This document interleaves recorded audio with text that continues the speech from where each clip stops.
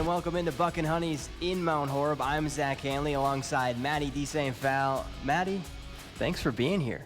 Yeah, absolutely. Thanks for having me.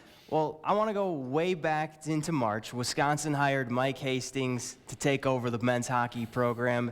And if you know anything about college hockey, you know Hastings is a winner.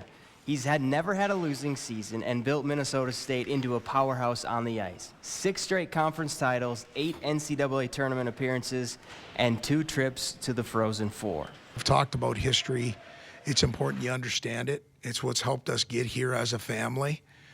So very appreciative and understand that that's going to be a chapter that'll never be erased. It's one that I'm very prideful, but it's also one that is history. And as we ask our players to do every day, turn the page and we've got to go and write a new chapter. And that's what we hope to do here. Maybe people outside of the program thought this might be kind of a rebuilding year because of the new coach, new faces, stuff like that. When did you know that this team could be special? I think definitely in the summer, towards the end of the summer, obviously, because there's that 8-week period. But even in the summer skates we had, where coaches aren't allowed on the ice, we were just scrimmaging amongst ourselves, playing like 3-on-3 or like 4-on-4, and just kind of like through the workouts and some of the names that were coming in, some really good players. We kind of had a feeling like we could do something special here, and with the guys we already had in the room, and just kind of the way everything was going, we had that good vibe, good feeling to it. Well, it's still going because if you're keeping track at home, Wisconsin hasn't lost since November 24th. Caught it on his backhand. Now forehand pass to Cilia. Right circle pass to DeSaint-Fal. Back out to Dexheimer. Low shot, pad save, picked up. Now Lucius, he scores! DeSaint-Fal in the slot, shoveled it to Cruz. He buried it. Power play goal, 1-0 Wisconsin. 10 straight wins, longest since the 1982-83 season when UW won 11 in a row. I believe your dad was part of that streak. What's it been like knowing that you're doing some of the same things that he did on the ice at Wisconsin? That's awesome. And I mean, a dream of mine was to come here after he told me how much he loved Madison and how much he loved playing here. And it really was special for me to be able to throw on the same jersey as my dad did. And he was such an unbelievable player and someone I look up to as a role model, not only as in a hockey way, but as a father too. Oh, you haven't lost in 11 games, right? So what's been working for you guys? Just kind of staying even keel. We don't really get too high or get too low, whether we sweep, whether we play, best team in the country or someone at the bottom of the country. It doesn't matter. We treat every team the same way, and we really pride ourselves on what we do and how we set ourselves up for success. Do you talk about the streak, or is there like a superstitious factor where you guys got to do the same thing every game day, or no? Or is it one of those things where you don't even mention it? Well, I've definitely heard some murmurs and some chirps fluttering around this weekend about it, but no, I don't think that's something we try to focus on. And in terms of superstitions, our team doesn't have a lot collectively. I know a lot of guys have their own little routines they get into, but we always go out to eat together on Thursdays, home or away, just as a team, and get ourselves together and in that atmosphere. And I think we do a lot of good stuff like that where we're doing things together, and it's not just one guy doing what he wants and this guy doing what he wants. It's everybody doing things collectively, and that's kind of like the biggest piece of our success, I think. All right, I'm going to put you on the spot now. You got to pick one. Would you rather score the game-winning goal or block the game-winning shot? Well, I feel like I don't block a ton of shots, so I'd probably say scoring the game-winning goal. But yeah, either would be cool. Okay. Either would be cool. All right, well, let's see which one your teammates picked.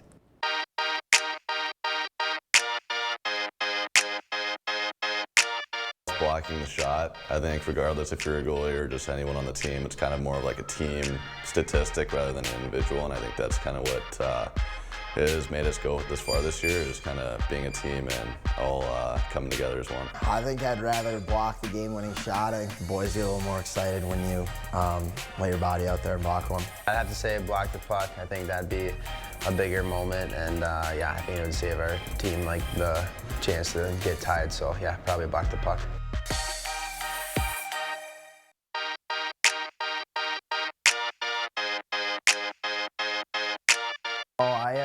I wore 9 up until my junior year of high school, then I couldn't wear it, and then I used 4 I took 4, and I've been using 4 every year in juniors and 2 years of high school, and now I was 20 last year, and 4 opened up this year, so I got it back. So I picked the number 19. I picked it because I wore 19 when I was a little bit younger, and yeah, I just thought it'd be good to switch it up from my number from juniors. I don't think there's much significance. I think it's just kind of a pretty standard goalie number. I was 41 in high school for a little bit, and then just kind of switched to 31.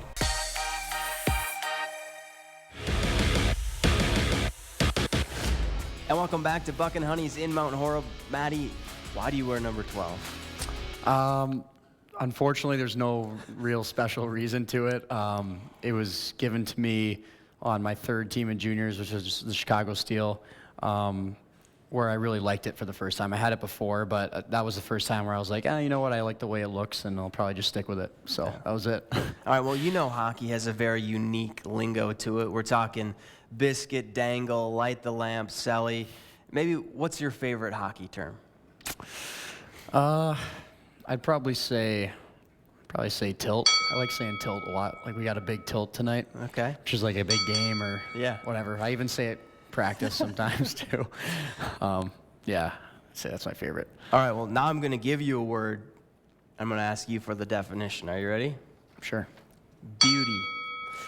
Just a really good guy. A guy you want to be around a lot, can make the guys laugh. Just your one-of-a-kind kind of person. Gong show.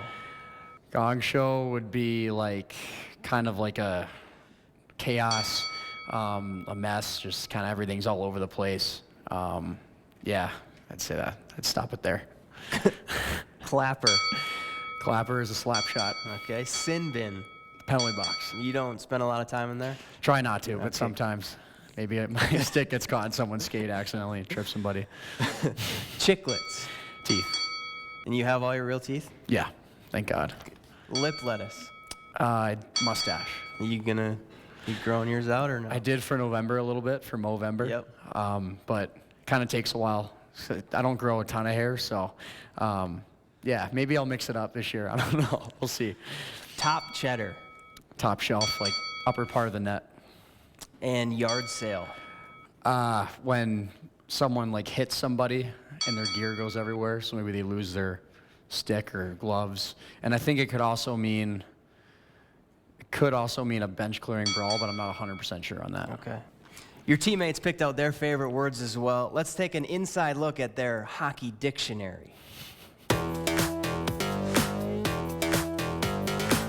I would say lettuce. Lettuce is like your hair, so like just like the flow and like, yeah, it's basically just your hair. The ones I use are probably dust, and I think that's like something bad, doesn't look good. I think one of the main ones is just sick. I think it just kind of means cool. I'll do celly. Celly is like with celebration, just like after you score, like that's like your celebration, celly. Nasty is kind of one too, I guess, when something's good or cool. Another standard one is bar down, just kind of hitting the crossbar and going straight down. Biscuit. Biscuit is like the puck. It's pretty just, yeah, it's the puck, biscuit. Though, I mean, you see someone have a good play, like a good dangle, like good shots, a snipe, like I think those are always used on the ice.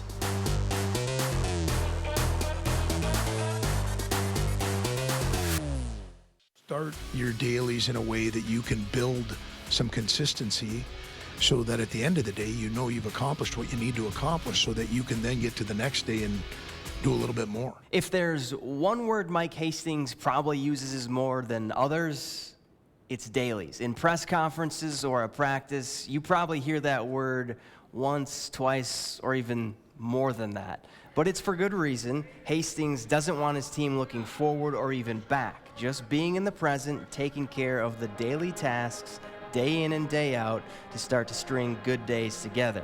And if they do that, everything else will take care of itself. Said pretty much all the time, so just kind of, do it, coming to the rink every day and being prepared, wanting to get better, and it's kind of been our motto this far, so got to keep it going. I kind of love it. He uses it a lot, but I think it's good because it reminds us what we need to do every day.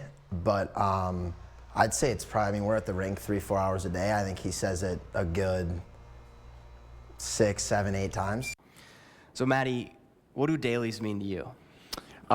Everything. It's just kind of from the time you wake up to the time you go to bed, what can you accomplish in one day? And kind of when you start focusing on it, what we all found is there's truly a lot of things you can accomplish in 12 hours or however long you're awake for. And I think that's something that we pride ourselves on. So it's eating right, it's hydrating, it's getting your schoolwork done, it's staying out after practice, it's watching video, it's maybe going to get lunch with a couple of your teammates, checking in on your loved ones, and kind of just making sure that you're in the right frame of mind. And I think accomplishing those daily tasks that we talk about gets you in the right headspace. And I think all of that translates to being a more cohesive team, being a team that has more success.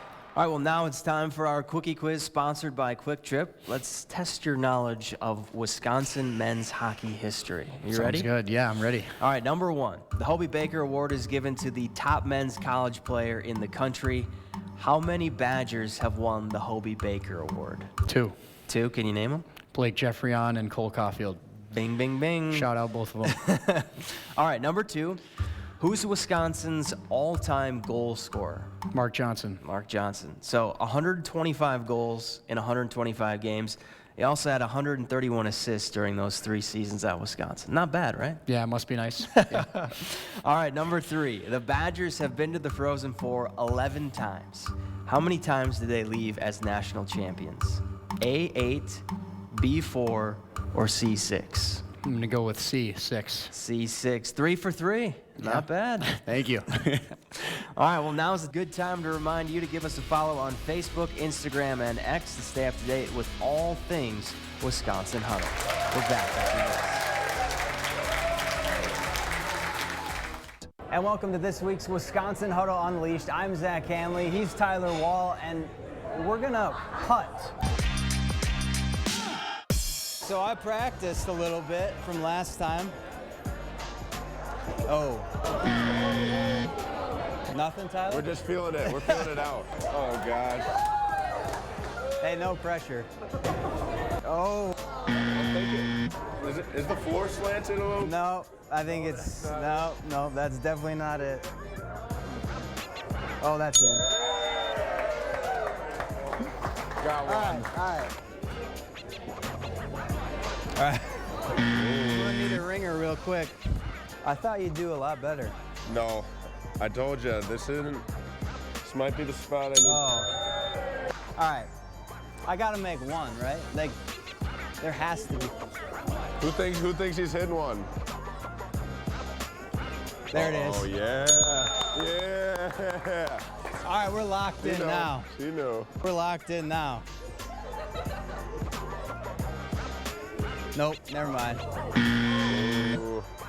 2-1. 2-1. Thanks for reminding me. Good guys. The good guys. That's what it's all about. That's what it's all about. It's like free throw shooting, right? Yeah. Once you see one go down.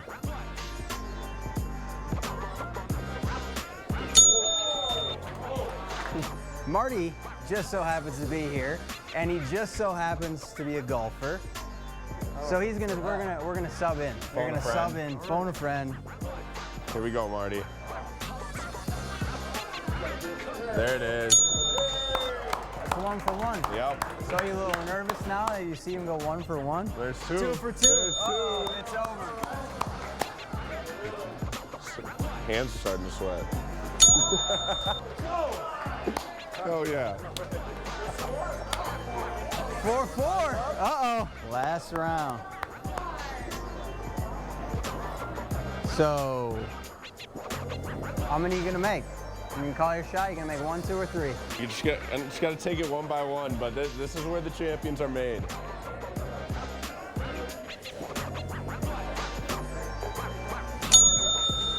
Do you see that little... Got the line. I've got the line.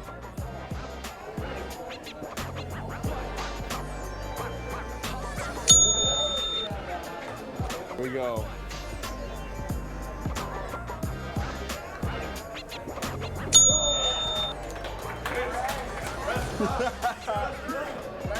Here we go. All right. You got your Tiger Red on, though, too. It's not Sunday, but I got the memo. I got the memo. Come on, needs three.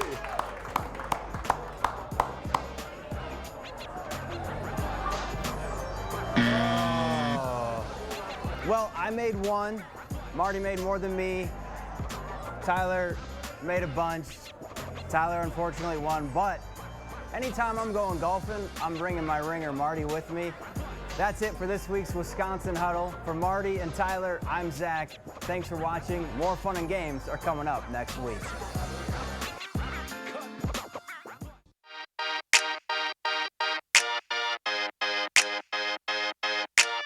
Here we go, men. Like, here we go. Like, he says that a lot, I feel like before games. Like, here we go, men, like, getting this going. So, yeah, I think that'd probably be that. You guys just got to rinse and repeat and get back after it tomorrow. Boys got to rinse and repeat. Keep up on your dailies.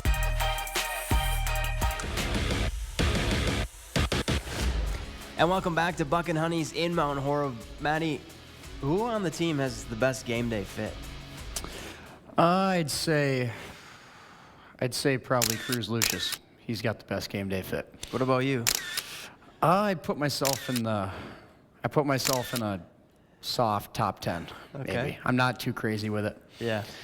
Well, what about Coach Hastings? I want you to rate his look from Saturday's game, 1 to 10, 10 being the best. What do you like about it? What do you don't like about it? If there's anything, and would you wear it? How you feeling that fit?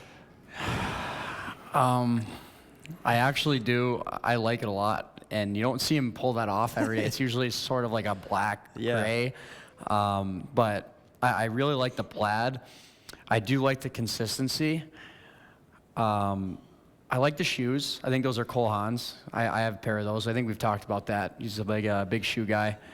But the only thing I would change, probably the undershirt. I wouldn't go blue there. I'd probably go white, just with the tie. I don't know if this will get back to him, but hopefully takes it constructively.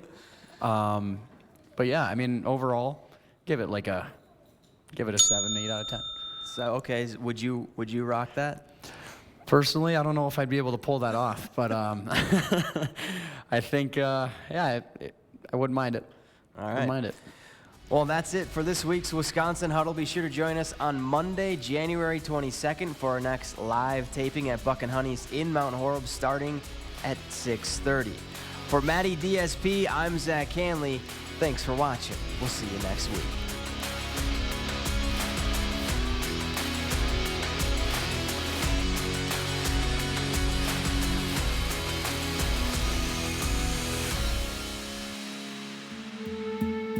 I'm a first man. Oh, bye.